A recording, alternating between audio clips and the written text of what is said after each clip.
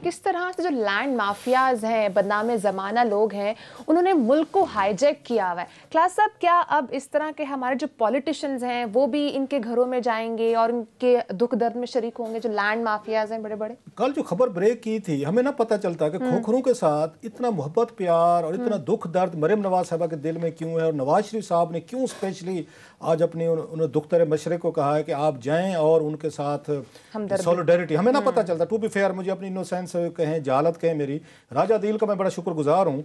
कल उसने 2 ट्वीट उसने वो ठोके, वो मुझे उससे वो सिद्धू याद आ गया, कपिल शर्मा साहब का मैं शो देख रहा, ठोको ताली।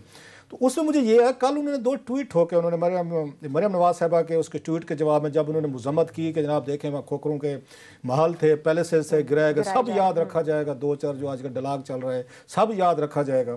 तो उस पर उन राजा साहब, नदीर राजा साहब जो हैं, वो पिंडी बॉय हैं, उन्होंने बड़ा एक मज़े का उन्होंने चीज़ की, वन लाइनर। उन्होंने कहा बिल्कुल याद रखा जाएगा, ये भी याद रखा जाएगा कि आपकी जो ज़मानत हुई थी जहाँ सुप्रीम कोर्ट ऑफ पाकिस्तान से, जो आपको ये खोसा साहब ने दी थी, तो उसके जो मुचलके थे तकरीबन 70-80 लाख रुपए के, वो इन्हीं खोखरों ने दिए थे, ये भी याद रखा जाएगा। हमारे कान खड़े हैं। अच्छा, इसका मतलब ये तो गेम ही कुछ और है। आज फिर कोई मरियम नवाज साहबा ने कोई उस पर किया हुआ था, राजा दिल फिर बाज नहीं है, उसने फिर एक नई, बल्कि उसके साथ कागज भी उसने लगाया हुआ था। उसमें मुचलके थे कि नवाज शरीफ साहब की 1 करोड़ रुपए की जमानत मंजूर की गई थी, वो मुचलके भी खोखरों ने दिया हुआ था, जिनके घर आज खड़ी हुई थी। अब क्या साबित हुआ इससे?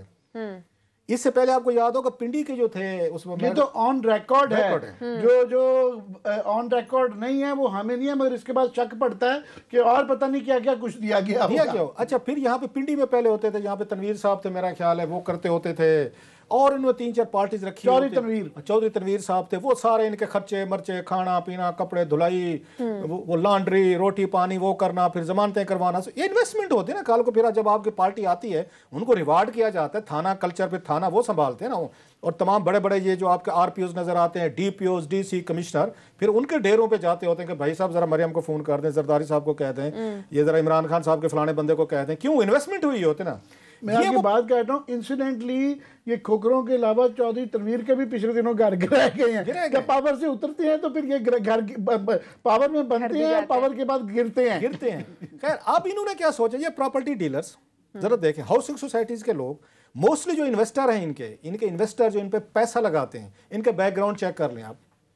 मोस्टली आपको कह रहा हूँ 70-80% लोग जो है ना, ये ठेकेदार मिलेंगे आपको, ये बिल्डर्स मिलेंगे, ये आपको कंट्रैक्टर्स मिलेंगे, ये आपको हाउसिंग सोसाइटीज़ के लोग मिलेंगे। ये इन्होंने लगाया था, आपको याद, अंसर शेख को लगाया था, मेयर लगाया था नवाज शरीफ साहब ने। हम बड़े हैरान हुए कि शेख साहब ये मेयर लग गए, ये तो ठेकेदार थे, इसके सीटीए के ठेकेदार थे, जो सीटीए से ठेके लेते थे इस्लामाबाद के, उसी को उन्होंने सीटीए का इस्लामाबाद का मेयर लगा दिया। और पता ये चला उन्होंने मरियम नवाज साहबा को या इनको शरीफ खानदान को FL11 में मरी में घर बना के दिए थे। अगर ये लें जी इस्लामाबाद पकड़े, अपना खर्चे पूरे करें।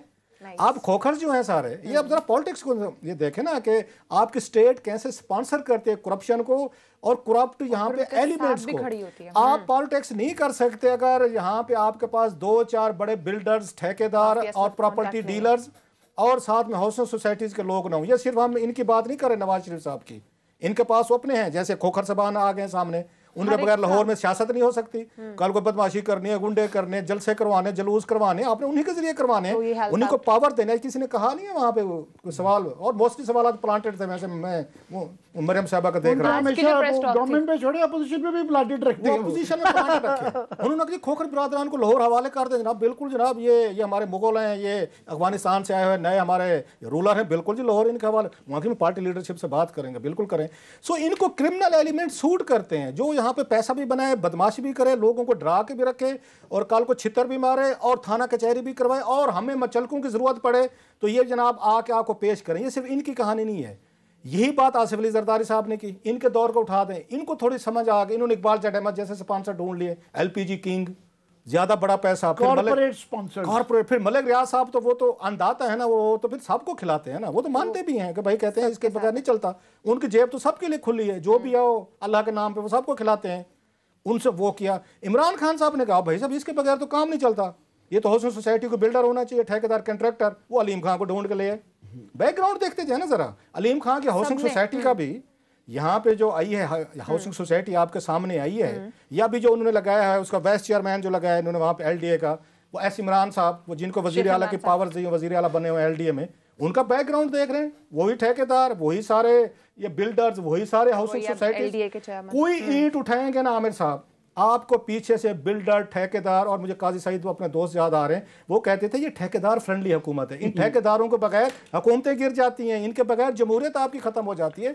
सो उन्होंने तमाम लोगों को उन्होंने आके क्रिमिनलाइज कर दिया, उसके बदले में अपनी मर्जी के पुलिस अफसर लगवाते हैं, आरपीओ लगवाते हैं, डीपीओ लगवाते हैं, अपने डिप्टी कमिश्नर लगवाते हैं, उन्हीं के जरिए फिर ये कब्जे करवाते हैं जमीनों पे और लोगों को छितर मारते हैं। तो ये है पाकिस्तानी जमहूरियत, जो इनके बगैर, ठेकेदारों के बगैर, बिल्डर्स के बगैर आमिर साहब नहीं चल सकते। सारे एक कहने को ना ये एक छोटा सा इवेंट है कि मरियम बीबी का खोखरों के घर पे जाना, मगर ये अक्कासी करता है जो पाकिस्तान की सियासत की सबसे बड़ी हकीकत बन चुकी है और इसका कोई जिक्र नहीं करता। वो अंग्रेजी में एक मुहावरा वो कहते हैं elephant in the room, this is the elephant in the room, कि चैनल्स जो हैं हमारे मीडिया जो है, चूंकि इश्तिहार आते हैं सबसे ज़्यादा चलते ही चैनल इनके हाउसिंग सोसाइटी के इश्तिहारों पे हैं, इश्तिहार वहाँ से आता है। जो तमाम पॉलिटिकल पार्टीज़ हैं वो उनके ऊपर चल रही हैं। हम कई दफ़ा यहाँ पे बेबस से लगते हैं कि यार ये प्राइम मिनिस्टर भी जो हैं और ये गवर्नमेंट के बड़े बड़े वजीर जो है, इनके हाथ बन जाते हैं, इतने सारे लोग हैं इनके आगे बेबस हैं। वो बेबस इसलिए है कि ये सारी फाइनेंसिंग जो है, पॉलिटिकल फाइनेंसिंग इनकी तरफ से आ रही होती है। यहाँ गुड कुकर्स होते हैं और बैड कुकर्स होते हैं, तालिबान की तरह ना यहाँ पे गुड कुकर और बैड कुकर। वो जिसकी हुकूमत आती है गुड बैड बन जाते हैं, बैड गुड बन जाते हैं। सो वो कुकर जो है वो पीटीआई के कुकर भी हैं और आजकल वो गुड कुकर है। जो ही नून लीग क्या आएगी तो वो बैड कुकर बन जाएंगे और गुड बैड बन जाएंगे। सो उस चक्की में जो है ना हम सारे पिसे में हैं। मैं ये कहता हूँ कि ये एक मसला इतना बड़ा है कि पाकिस्तान की ना लेट्स जस्ट ऑन इट, बात करें यार खुल के जो है ना। फिर ये आप कहें जनाब ये गवर्नमेंट में ना आधी सीटें इनकी होंगी, ये जो बिहाइंड द सीन इस वक्त सेनेट पे अभी शुरू हो जाएगी ना तबसरा निगारी, कोई जिक्र नहीं करेगा कि किस सेट के कौन से नुमाइंदे हैं, सारों के स्पॉन्सर वो करेंगे, 2-4 सेनेटर इधर से, 2-4 सेनेटर इधर से, माल वहाँ से आएगा, माल वहाँ से आएगा बिल्कुल, और उन्हीं के इंटरेस्ट पे जाहिर है वॉच करेंगे। अब हो क्या रहा है, आप देखें पाकिस्तान की तारीख का मेरा ख्याल सबसे बड़ा 2-3 जो हाउसिंग के स्कैम्स हुए, एक तो ऑफकोर्स बैरिया का कराची में जो 460 अरब रुपया सुप्रीम कोर्ट ने बड़ा दिल नरम करते हुए, 2000 अरब का केस था, 460 अरब का उनको जुर्माना किया मलिक रियाज साहब को। स्केल देखें, 460 अरब बहुत बड़ी रकम होती है। उसके बाद जो है यहाँ डीएचए का 15 साल से हुआ है कि उसमें यह क्या क्या कि लोगों की, गरीबों की ज़मीन जो है हथिया के गवर्नमेंट की जो इख्तियारात इस्तेमाल करके कब्जा किया गया और बिल्डर्स को दे दी गई।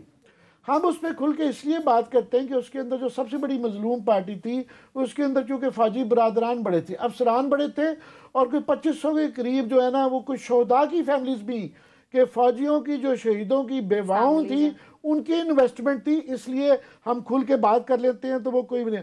3 आर्मी चीफ आ चुके हुए हैं इस मामले का, वो उनका तस्फिया अपने शोहदा की बेवाओं को नहीं दिला सके।